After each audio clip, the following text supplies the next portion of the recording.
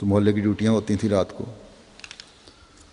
تو لڑکوں کو جاگنے کے لیے چائے کی عادت تھی، چائے پیا کرتے تھے، تو ان کا گھر کھلا رہتا تھا ہر وقت۔ بچے آتے تھے، کچن میں سے چائے بنائی اور لے گئے۔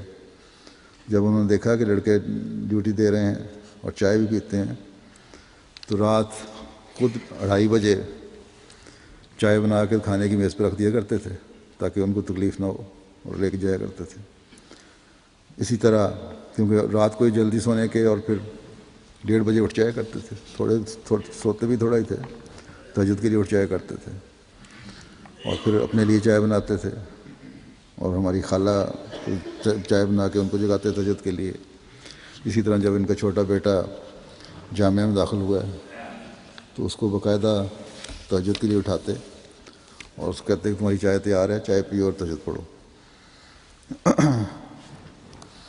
جوانی سے ہی آپ کے ساتھ اللہ تعالیٰ کا ایک سلوک رہا ہے۔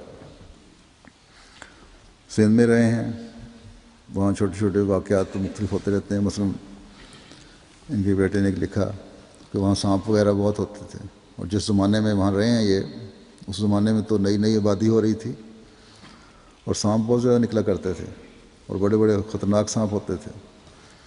ایک دن کہتے ہیں میری طبیعت خراب تھی، میں نے سوچا کہ فجر کی نماز گھر میں پڑھ لیتا ہوں، لیکن پھر کسی غیبی طاقت نے مجھے کہا نہیں کہ مسجد جاؤ، ساتھ ہی مسجد ہے۔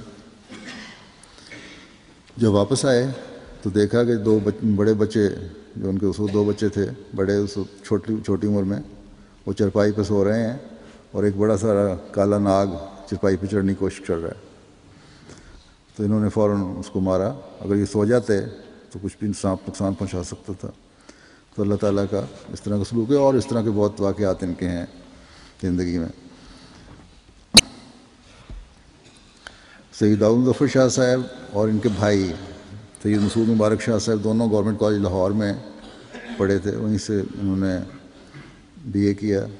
اپنی شرافت اور ڈسپلن کا پابند ہونے کی وجہ سے سٹاف اور طلباء دونوں میں بڑے مشہور تھے، سارے کالج میں مشہور تھے، جیسا اور کوئی شریف آدمی نہیں۔ ایک دفعہ ان کے لیے ان کے ایک عزیز کو شرارت سوجی، انہوں نے ہاسٹل کے وارڈن یا سپرڈینٹ کی کچھ چیزیں چھپا دیں، اٹھا لیں اور ان کے کمرے میں لا کے چھپا دیں۔ انتظامیہ نے فوری طور پر کارروائی شروع کر دی، پتہ لگ گیا، اور ہاسٹل کے ہر کمرے کو چیک کیا گیا، اور جب ان کے کمرے کے قریب آتے تو کہتے تھے نہیں یہ لوگ بچے دونوں شریف ہیں، ان کے ہاں نہیں ہو سکتا۔ اور حقیقت یہ تھی کہ ان لڑکوں نے انہی کمرے میں وہ چیزیں چھپائی ہوئی تھی۔ خیر یہ جب ان کو نہیں پتہ تھا، اپنے کمرے میں گئے تو دیکھا کہ وہاں چیزیں پڑی ہیں، تو بڑے پریشان بھی تھے کہ اب سچ بھی بولنا پڑے گا، اور لیکن ساتھ یہ بھی فکر تھی کہ ساتھیوں کو سزا ملے گی، ان کو سزا سے کس طرح بچایا جائے۔ تو کہتے ہیں جب چیکنگ ختم ہوئی تو جلدی سے سامان انہوں نے اٹھایا اور ہاسٹل سپرنٹینڈنٹ کے کمرے کے سامنے جا کے رکھ دیا۔ بہرحال شکر کہتے ہیں کہ انتظامیہ نے مزید تحقیق نہیں کی، ورنہ انہیں تو سچ بولنا پڑنا تھا، اور جس عزیز پر ان کو شک تھا اس کا نام آ جانا تھا اور سزا ملنی تھی، کیونکہ انتظامیہ کو دونوں بھائیوں کی شرافت پر بہت یقین تھا۔ جیسا کہ میں نے کہا انہوں نے گورنمنٹ کالج سے BA کرنے کے بعد پھر حضرت موعود کی تاریخ پر 1944 میں زندگی وقف کرنے کا خط لکھا کہ میں بار بار مسلم موعود کو لکھا کہ میں بار بار آپ کو خواب میں دیکھ رہا ہوں، اس لیے میں زندگی وقف کرتا ہوں، اور اپنے بھائی کو بھی تحریک کی کہ وہ بھی زندگی وقف کریں۔ پھر دونوں نے زندگی وقف کی۔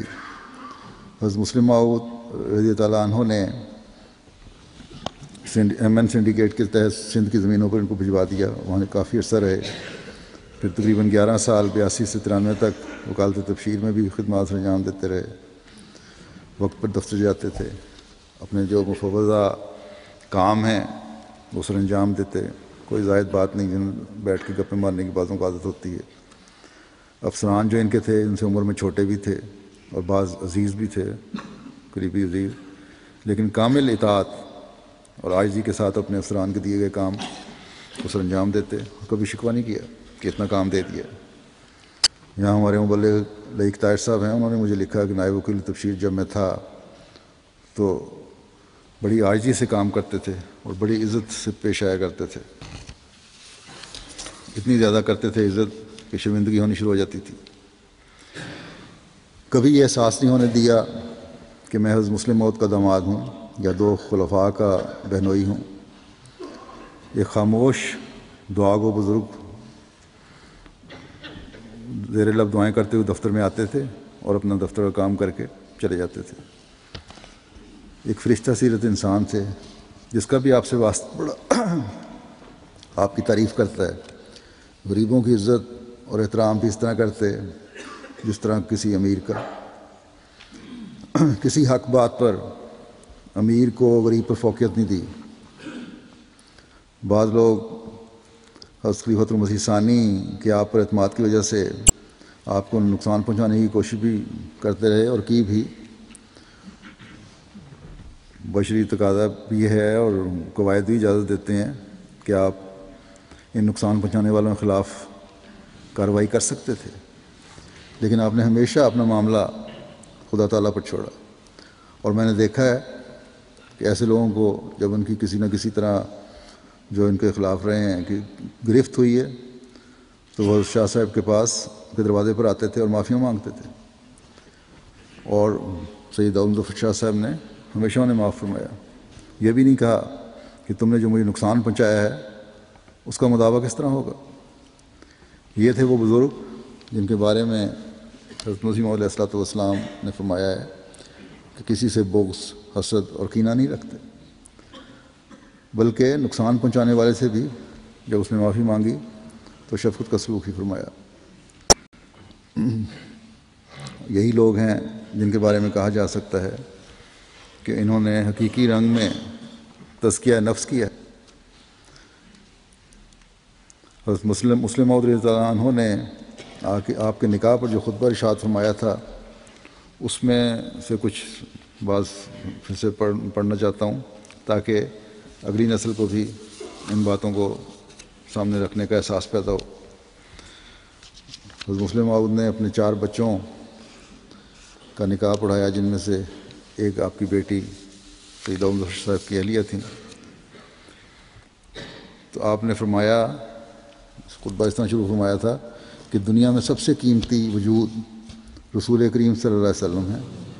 زمانے کے گزرنے اور حالات کے بدل جانے کی وجہ سے چیزوں کی وہ اہمیت نہیں رہتی جو اہمیت کے ان حالات کی موجودگی اور ان کے علم کے ساتھ ہوتی ہے۔ رسول صلی اللہ علیہ وسلم جب مبعوث ہوئے اس وقت دنیا کی جو حالت تھی اس کا اندازہ آج لوگ نہیں کر سکتے۔ اگر رسول کریم صلی اللہ علیہ وسلم کو خدا تعالیٰ مبعوث نہ فرماتا تو آج دنیا میں دین کے معنی یہ سمجھے جاتے کہ بعض انسانوں کی پوجا کر لی، قبروں کی پوجا کر لی اور بتوں کی پوجا کر لی۔ قانون، اخلاق کو دنیا میں کوئی قیمت حاصل نہ ہوتی۔ مذہب کوئی اجتماعی جدوجہد کی چیز نہ ہوتا۔ خدا کے ساتھ بنی نوع انسان کا تعلق پیدا ہونا بالکل ناممکن ہوتا، بلکہ ایسے تعلق کو بے دینی اور لا مذہبی قرار دیا جاتا۔ بنی نوع انسان کے مختلف حصوں کے حقوق کی کوئی حفاظت نہ ہوتی۔ عورتیں بدستور غلامی کی زندگی بسر کر رہی ہوتی، بت بدستور پوجے جا رہے ہوتے، خدا تعالیٰ بدستور متروک ہوتا، غلام دستور دنیا میں قائم ہوتی، لین دین کے معاملات میں بدستور ظلم اور تعدی کی حکمرانی ہوتی، غرض دنیا آج وہ کچھ نہ ہوتی جو آج ہے۔ یہ بیان کرنے کے بعد حضرت صلی اللہ علیہ وسلم کی اس کے بعد کچھ حصہ اتنا چھوڑتا ہوں، پھر آگے آپ فرماتے ہیں کہ دنیا میں جو اقوال اور جو باتیں لوگوں نے کہی ہیں ان میں سے راست بازی کے اعلیٰ معیار پر پہنچی ہوئی وہ بات ہے جو حسان نے رسول کریم صلی اللہ علیہ وسلم کے متعلق کہی کہ کن تو سوادہ لناظری فامی علیہ ناظر منشا بادہ کا فلجمت فعلیہ کا کن تو حاضر، کہ رسول کریم صلی اللہ علیہ وسلم کی وفات کے بعد حضرت حسان رضی اللہ عنہ نے کہا کن تو سوادہ لناظری، تو میری آنکھ کی پتلی تھا فَأَمِيَ عَلَيَّ نَاظِرُ، بس تیری موت کے ساتھ آج میری آنکھیں اندھی ہو گئی ہیں۔ مَن شاء وعدہ کا اب تیرے مرنے کے بعد جو چاہے مرے۔ فَعَلَيْكَ كُنْتُ حَاذِرُ، میں تو تیری موت سے ڈرتا تھا، کسی اور موت کا مجھ پر اثر نہیں ہو سکتا۔ مسلم فرماتے ہیں کہ اس شعر کے معنوں کی عظمت کا اس بات سے پتہ لگتا ہے کہ جس کو لوگ نظر انداز کر دیتے ہیں کہ اس شعر کا کہنے والا ایک نابینا شخص تھا۔ اگر ایک بینا شخص یہی شعر کہتا تو وہ صرف ایک شاعرانہ مذاق اور ایک ادبی لطیفہ کہلا سکتا تھا، مگر اس شعر کے ایک نابینا شخص کے منہ سے نکلنے کی وجہ سے اس کی حقیقت بالکل بدل جاتی ہے۔ یعنی حضرت حسان اس شعر میں یہ دعویٰ کرتے ہیں کہ جب رسول کریم صلی اللہ علیہ وسلم زندہ تھے تو باوجود اس کے کہ میری ظاہری آنکھ نہیں تھی، پھر بھی میں بینا ہی تھا، میری جسمانی